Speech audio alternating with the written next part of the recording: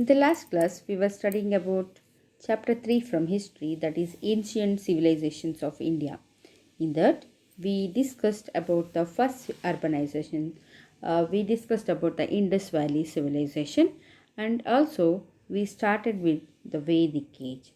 So, in Vedic age, we discussed about the Rig Veda period, the period from 1500 BCE to 1000 BCE.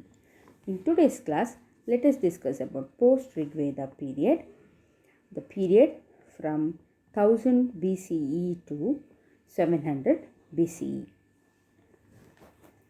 So, after Rig Veda, the other three Vedas appeared. They are Samaveda, Yajurveda, and Atharva Veda. And they are the continuation and contributory to Rig Veda. Samaveda has taken much from the Rig Veda, and it mainly consisted of the shlokas. Shlokas are nothing but mantras, and these were recited at the time of Yajna. Yajurveda has two different types of text called black, that is Krishna, and white, that is Shukla. In the Black Yajurveda, there are explanations given about the way of reciting mantras and also commentaries and discussions on the mantras. The White Yajurveda has only mantras, but it has no explanations. So there is a reference to iron in these. In the Yajurveda, you'll find the reference to iron. So we can conclude that this Veda, that is Yajurveda, is not before 1000 BCE. So that is before 1000 BCE was Rig Veda. So Yajurveda is after 1000. It is after 1000 BCE. So we can conclude it was not during the Rig Veda period. So Atharva Veda is also similar to Rig Veda in its size and content, but it is in prose form. It has used the language of Brahmanas than the any other ancient languages. So what geographical details that we observe in Veda are different that are found in Rig Veda. So in the Atharva Veda, what geographical details about the Aryans we find, they are different from the time of Rig Veda. So this shows that Aryans had moved to the east by the time of Atharva Veda. So in this period they had moved towards the east direction of our country. So let us discuss about the social, economic, political and religious aspects of post-Rig Veda period.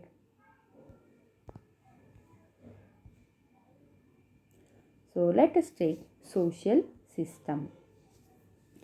So by this period, the four divisions which already were there, they are Brahmanas, Kshatriyas, Vaishyas and Shudras, that are found in the last part of Rig Veda as part of Purusha Sukta. With certain changes, they became more strong in the society. So the four divisions which include Brahmins, Kshatriyas, Vaishyas and Shudras. So at that time, Brahmins used to accept gifts. They used to conduct yagnas and rituals. So they used to own lands and they used to receive cows and offer puja, and in matter related to God, Brahmins got more prominent and they got more prominent position too. With respect to Kshatriya, so Rajanya indicates Kshatriya Varna. So those who had the political power, those who had the power, they were called as Kshatriyas irrespective of their origin. It was not necessary that they were born in the Kshatriya. Uh, they were. It was not necessary that they were Kshatriyas, but it was not because of their origin, but it was mainly because of their power. They were called as Kshatriyas. So Rajanyas, who were soldiers, they were trained in archery and they could also wage war in chariots. So they gained a lot of importance. So the third division, that is Vaishya, is also found here and there. So they were supposed to offer gifts to others. They could give gifts to others, but they were also being subjected to exploitation. So the Vaishyas were neither enjoyed any rights to perform yagnas nor they had right to enter the place of yagna, but they were in the four divisions. Uh, they were placed lower than the first two. First two were Brahmins and Kshatriyas. So they were remained as Aryans, but they had little rights. The last Varna was the last division of the society was the Shudras. They were the part of Varna system, but they were kept at the lower end of it. So, and the tribes Dasyus and Dasas were kept outside the Varna system. They were not inside the Varna system, Dasyas and Dasus. Slowly they were integrated to Shudra Varna. Slowly they were added to Shudra Varna. Then the Shudras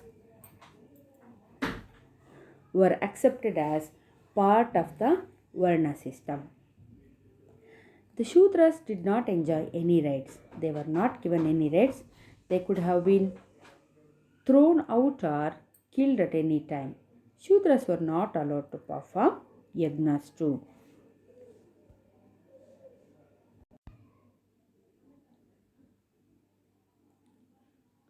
Then Shudras were accepted as part of Varna system, but they were not given any rights. As I told you, they could even be they were ill treated. They could have been thrown out or killed at any time. So Shudras were not allowed to perform yagna. It was believed that a sacred guru was not even supposed to see a Shudra.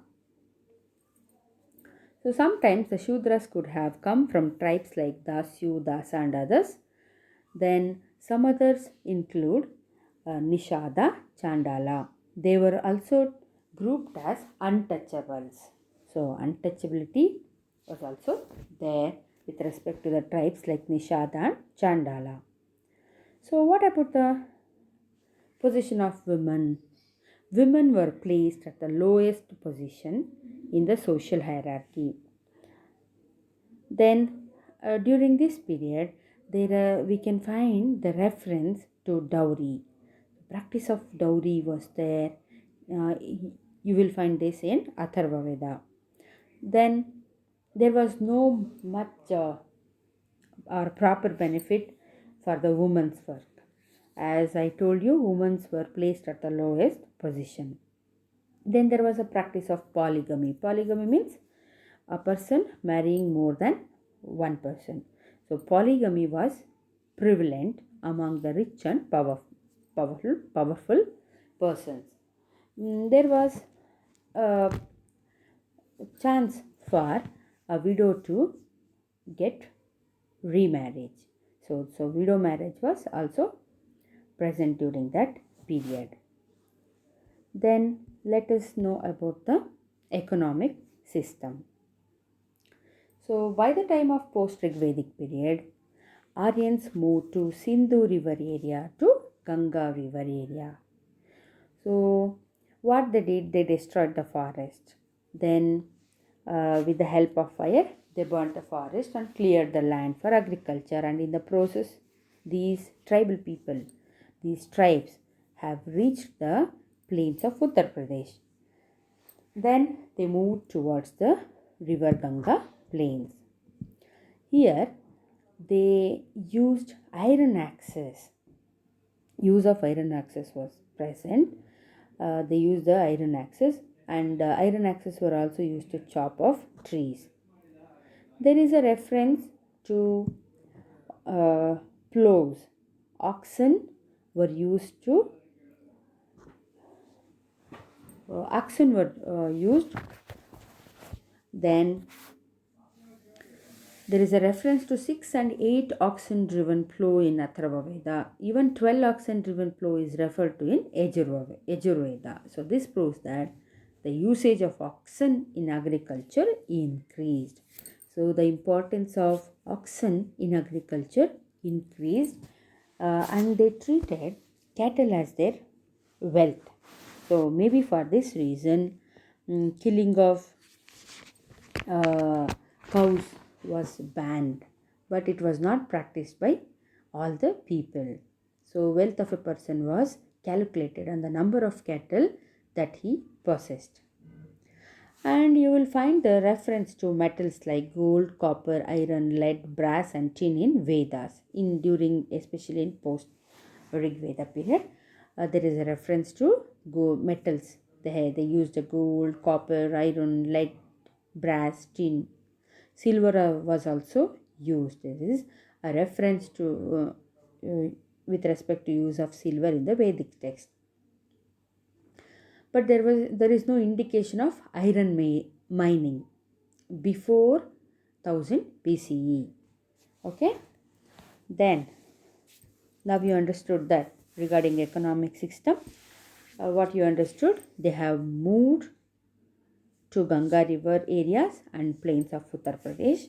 Then they knew the usage of iron, and they used to use iron axes to chop the trees. They used the oxen driven plow. Then agriculture became more important. Cattle was considered as wealth. Use of metals like gold, copper, iron, lead, brass, silver, tin in Vedas. So there is a reference with respect to use of these metals. Now let us understand the political system. So the Aryans moved towards southeast geographical edge. Okay, so during the final stages of Rig Veda, now they became the southeast geographical areas became the central location of Aryans. You can see in this picture Panchala, Kosala, Videha, Magadha. So especially these places were the central location of Aryans. This place was inhabited by who were there then? It was inhabited by Kuru, Panchala, Vasha, Ushina tribes. The present Kurukshetra was the habitat of Kuru tribe. Kosala, you can see in this picture, in this map, Kosala and Videha tribes were present at the east end of Aryan settlement. So that means the Aryans were living in the northeast of present Uttar Pradesh and the North Bihar areas. So Bihar and northeast of present Uttar Pradesh they had settled. Then during Atharva Veda period, Angas were living in the east Bihar and the Magad tribe in the central Bihar towards the south of the river Ganga. So Angas and Magadas, these tribes were considered as enemies by the sages. Then the Pundras, who were to the east, and Andhras of the south were called as untouchables. Actually, they were their enemies. So Angas, then Magad tribes, then Pundras and Andhras were the enemies of Aryans at the time, and they were called as untouchables too. So this means that the political system of tribes continued even during the time of Atharva Veda. They had improved military power. Okay, Aryans had improved military power. So Vedic tribes helped them to extend their geographical limits as they were uh, as they had good military power. They extended their geographical limits. As a result, powerful kingships emerged. Then the kings used to accumulate wealth. So accumulation of wealth and power increased. Attempts were also made in levels the kings as equal to the god or the representative of the god. It was believed that king was a representative of the god. Then many complex and wealth indicating rituals grew around the king. So king used to perform various rituals. There is a reference for a coronation ceremony to mark the ascendance to the throne by the king called Rajasuya came into existence. So there was a practice of Rajasuya. That is, a Rajasuya is a coronation ceremony. Okay, Rajasuya came into existence by this period. There is also reference to Ashwamedha Yaga. So Ashwamedha Yaga gained importance during this period. Then what is Ashwamedha Yaga? Ashwamedha Yaga, on the occasion of the Ashwamedha Yaga, a special horse belonging to a particular king would be let loose. So, whichever places the horse wandered into, the king of that land would accept the sovereignty of the horse's owner and pay tributes to him. If anyone stopped and tied the horse, that act would be seen as a challenge and a battle between the two kings would follow. So, in this manner, the horse would return after 1 year, having victoriously conquered all the territories. So, this practice was there. Ashwamedha Yaga was also in practice. So, now you understood that during the Rig Veda period, the southeast geographical edge during the final stages of Rig Veda became the central location of Aryans. Then these locations were inhabited by Kuru, Panchala, Vasha, Ushina tribes. Then they were living in the present northeast of present Uttar Pradesh and also North Bihar areas. The enemies of Aryans will include Angas, Magad tribe, and also Pundras and Andhras were called as untouchables. That is what you understood, isn't it? There was they used to perform Rajasuya, a coronation ceremony, and Ashwamedha Yaga also gained importance. Now let us know about the religious system. Religious system.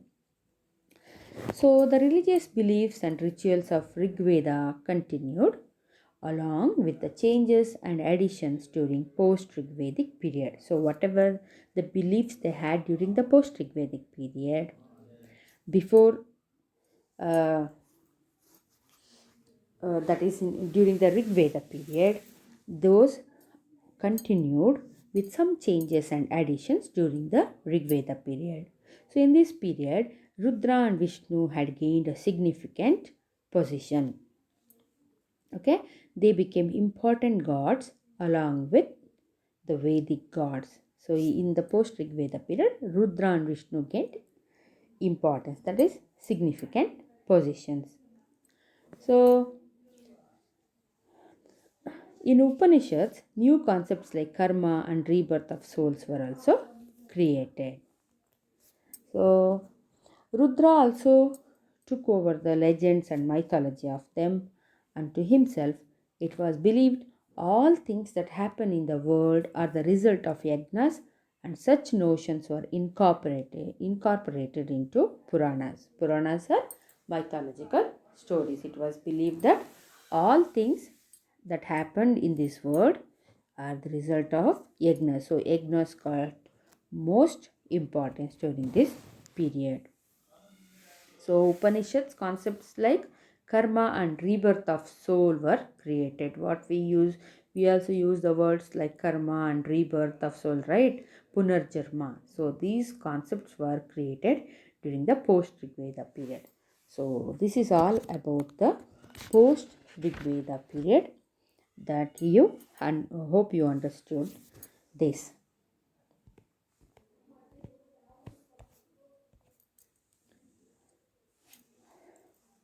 So by this I am concluding the lesson. Hope all of you understood the lesson. Notes will be given. Thank you so much for watching this. Have a good day.